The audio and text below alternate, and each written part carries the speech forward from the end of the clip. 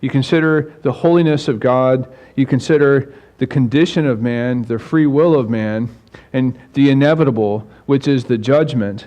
And you're still perhaps not thinking that him sending a soul to hell for all eternity is fair or right. Consider this.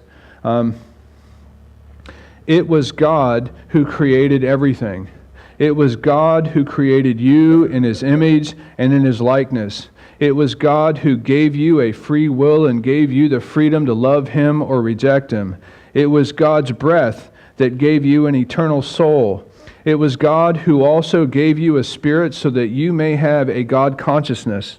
It was by God's grace and love that He gave us this magnificent, abundant earth and universe.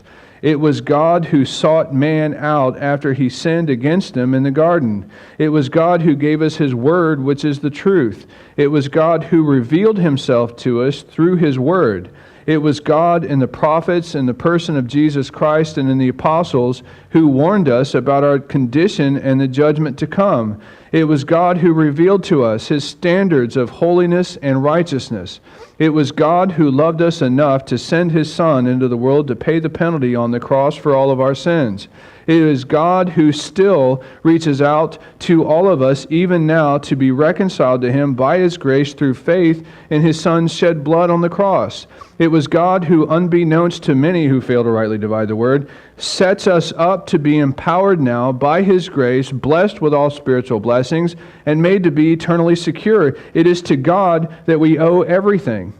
And when we consider all that He has done, that we owe everything to Him, and we consider the idea of rejecting Him knowingly and rejecting His free gift, we reject His Son, we reject the magnitude of what He did to save us from ourselves, and we therefore reject God Himself. It is absolutely a righteous judgment for that eternal soul to receive an eternal consequence for rejecting an eternal Creator. If we reject God, it is only right that He should reject us, and our eternal soul has to go somewhere. Why should God give us a happy place to go if we reject Him? As the righteous and holy judge of this world, why should He not right all of the wrongs of this world? Why should He tell all the saints, "Vengeance is mine, and I will repay," if He does not intend to carry out perfect justice?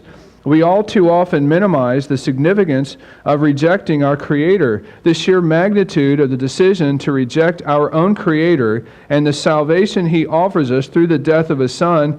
How can the punishment of eternal separation of God be anything but just?